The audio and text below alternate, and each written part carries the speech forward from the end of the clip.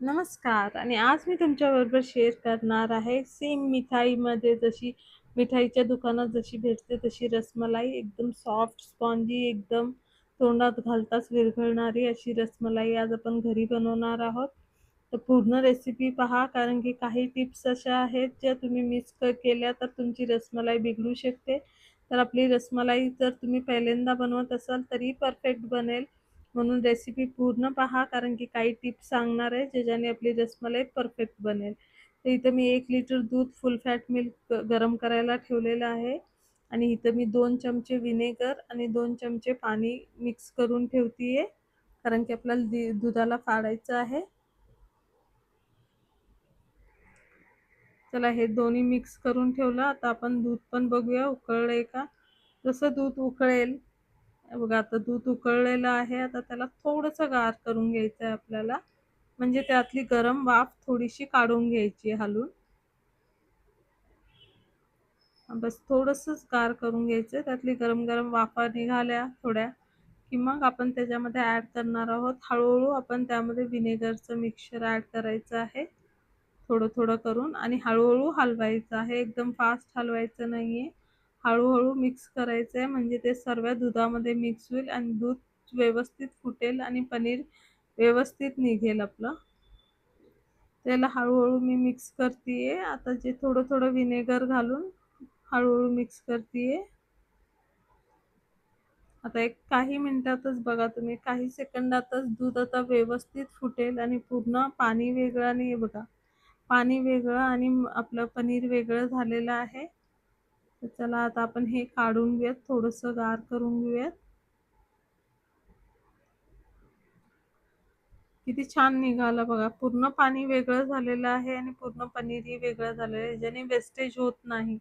आता इथं मी एक चाळण घेतलेली आहे, त्याच्यावर एक कॉटनचा कपडा घातलेला आहे, सुती कपडा, आणि त्याच्यावर आपण हे सगळं पनीर गाळून घ्यायचं आहे. आधी तर पाणी काढून घ्यायचं आहे आणि आता त्याच्यावरतीच आपण घालणार आहोत गार पाणी थोडंसं. त्याने पनीर आपण धुवून घ्यायचे कारण की त्यात जो विनेगरचा टेस्ट असेल तो निघून जाईल, विनेगरचं वास आणि टेस्ट असेल ती निघून जाईल. आणि आता त्याला थंड पाण्याने धुवून घेतल्यानंतर आपण दाबून त्याच्यातलं पाणी काढून घ्यायचं आहे आणि त्याला घट्ट बांधून आपण आता पाणी काढल्यानंतर घट्ट बांधून आपण त्याला पाणी गळायला ठेवणार आहे थोडा वेळ. तर ज्या भांड्यात आपण दूध तापवलं तेवढंच पाणी घेऊन आपण ते भांडं त्याच्यावर ठेवतोय. वजन काहीतरी किंवा कशातही ठेवलं तरी वजन ठेवा त्याच्यावर, म्हणजे त्यातलं एक्स्ट्राचं पाणी निघून जाईल. आणि इथं रसमलाईचा रस बनवण्यासाठी मी इथं 1 लिटर फुल फॅट मिल्क घेतेय. घट्ट दूध आहे हे, फुल क्रीम. आता त्याला गरम करायला ठेवूयात. त्याच्यातच घालूयात 1/4 किंवा 4 मोठे चमचे टेबलस्पून साखर आणि थोडे केसरच्या काड्या घालूयात कारण की सेम आपलं टेस्ट आणि कलर सेम आपलं जे मिठाईच्या दुकानात जशी रसमलाई भेटते तसंच फ्लेवर येणार केसरमुळे. आणि थोडीशी अर्धा 1 चमचा इलायची पावडर घालायची आहे आपल्याला. आणि दूध उकळलं की मग त्यामध्ये आपण टाकणार आहोत काजू, बदाम आणि पिस्त्याचे काप आणि ह्याला छान शिजवून घ्यायचं आहे. दुधाला उकळी येऊ द्यायची आहे छानपैकी. आणि इथे आपल्याला दूध घट्ट करायचं नाहीये, आपण दुधाला फक्त उकळी आल्यानंतर एक 10 मिनिटं थोडंसं रिड्यूस होईस तोपर्यंत शिजवणार आहे, थोडंसं कमी होईस तोपर्यंत. एकदम घट्ट करायचं नाहीये आपल्याला दुधाला. आताच बघा केसरचा कलर त्याच्यामध्ये किती छान यायला लागलेला आहे दुधाला.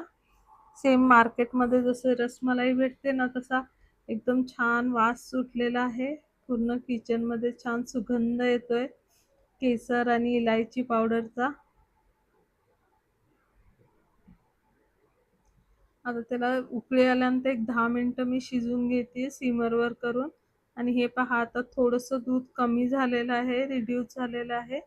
तर थोड्या वेळाने गॅस बंद करायचा आहे आणि रूम टेम्परेचरवर थंड होऊ द्यायचं आहे. इथं आपण घ्यायचं आहे 1.5 कप साखर आणि 6 कप पाणी घ्यायचं आहे.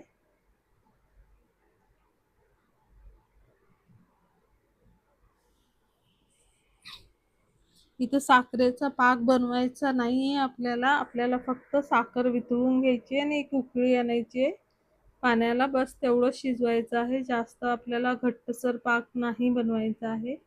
मी इथं पाण्याला गरम करायला ठेवलेलं आहे. मंद एकदम स्लो फ्लेमवरती ठेवलेलं आहे गॅसला. तोपर्यंत आपण रसमलाईचे बॉल्स बनवून घेऊया. इथं पनीरमधलं पाणी निघालेलं आहे. आता सगळं आपण मळून घ्यायचं आहे. पनीरला छान लोण्यासारखं मऊ होईपर्यंत आपल्याला मळायचं आहे पनीरला. आपलं पीठ कसं असतं तसं मळून घ्यायचं आहे. आता हाताच्या ह्या भागाने आपल्याला त्याला छानपैकी दाबून दाबून असं जोर देऊन दाबून त्याला मळायचं आहे, म्हणजे ते सॉफ्ट होतं पनीर. एक 6 ते 7 मिनिट लागतात तुम्हाला हे करायला.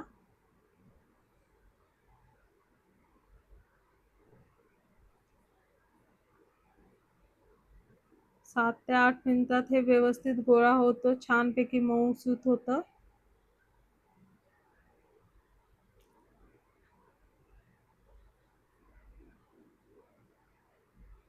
आता हे पहा छान झालेलं आहे, सॉफ्ट एकदम.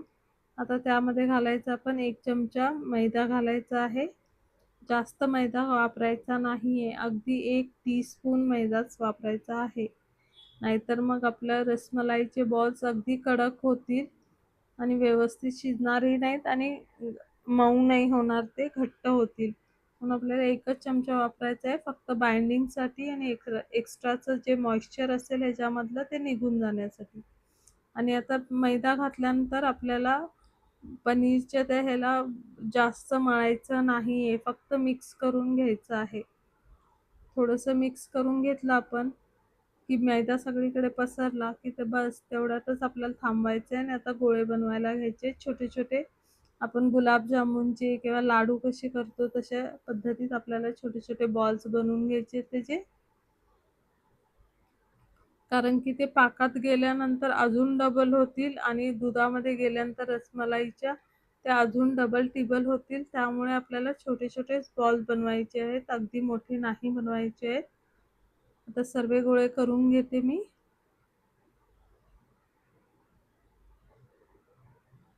हे बघा अशा आकाराचे आपल्याला सर्व गोळे बनवून घ्यायचे आहेत.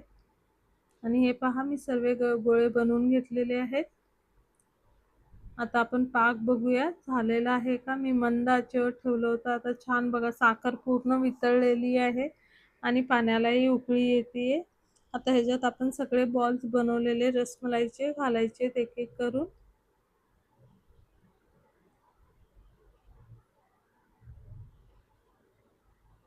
आणि आता सर्व बॉल्स घातल्यानंतर आपल्याला 2 मिनिटं गॅस फुल फ्लेमवर ठेवून ओपन ठेवायचं आहे. झाकण न लावता 2 मिनिटं आधी शिजून घ्यायचं आहे. आता साईज पहा त्याचा आत्ताच किती मोठा झालेला आहे त्यात टाकल्यानंतर. आता त्याला झाकायचं आहे आणि 10 मिनिटं 10 ते 12 मिनिटं त्याला फुल फ्लेमवरती शिजून घ्यायचं आहे. आणि 10-12 मिनिटानंतर हे बघा मी इथं बर्फाचं पाणी घेतलेलं आहे थंडगार आणि त्यातले बॉल्स काढून आता रसमलाईचे आपल्याला गार पाण्यात टाकायचे आहेत.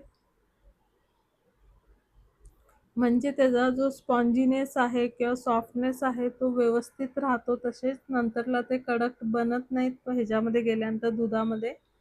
आता मी सगळे बॉल्स पाण्यामध्ये घालून घेतलेले आहेत.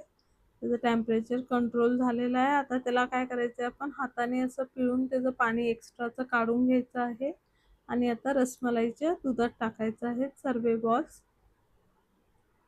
आणि ते परत आता आपण पाणी जरी त्यातलं काढलं दाबून तरी ते परत आपल्या शेपमध्ये येतील आणि अजून फुगतील. आपल्याला सर्व पाणी काढून घ्यायचं आहे आणि एक एक करून सगळे बॉल्स दुधामध्ये टाकायचे आहेत. आणि हे पहा मी सर्व बॉल्स ह्याच्यामध्ये टाकलेले आहेत दुधामध्ये. आणि ते साईज पहा त्याचा आत्ताच किती मोठा झालेला आहे. अजून 1 तासाभरात ते अजून मोठे होतील.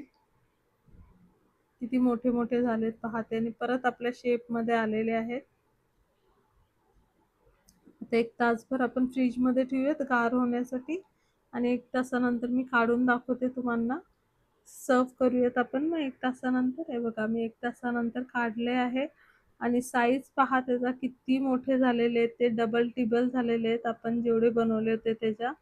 आणि एकदम सॉफ्ट आणि स्पॉन्जी आहेत, मस्त झालेले आहेत. वरनं काही काजू आणि बदाम आणि पिस्त्याचे काप घालायचे आणि सजवायचं आहे आणि सर्व करायचं आहे. आता मी तुम्हाला एक दाबूनही दाखवते. की तुम्ही त्याला दाबून त्यातला रस जरी काढला तरी तो परत आपल्या शेपमध्ये येतो. हे बघा, हे बघा किती मस्त झालेले आहेत. पाहिलं तुम्ही किती सॉफ्ट आणि स्पॉन्जी, त्याला दाबून रस काढल्यानंतरही ते परत आपले शेप घेत आहेत. असेच मस्त मस्त रेसिपीसाठी पूर्ण रेसिपीज पाहत जा आमचे, आणि आमचे रेसिपी आवडल्या असतात तर नक्की लाईक, शेअर आणि सबस्क्राईब करा आमच्या चॅनलला. म्हणजे अशाच नवनवीन रेसिपीजचे नोटिफिकेशन तुम्हाला भेटत राहतील, आणि अशा सोप्या सोप्या रेसिपी घेऊन आम्ही पुन्हा पुन्हा भेटू, पुन्हा येऊ. आता या रसमलाईपासून मी रसमलाई केक बनवणार आहे. तर अजून जर तुम्ही आमच्या चॅनलला सबस्क्राईब केलं नसेल तर पटकन करा, म्हणजे तुम्हाला केकचा व्हिडिओही बघता येईल, त्याचं नोटिफिकेशन तुम्हाला नक्की भेटेल.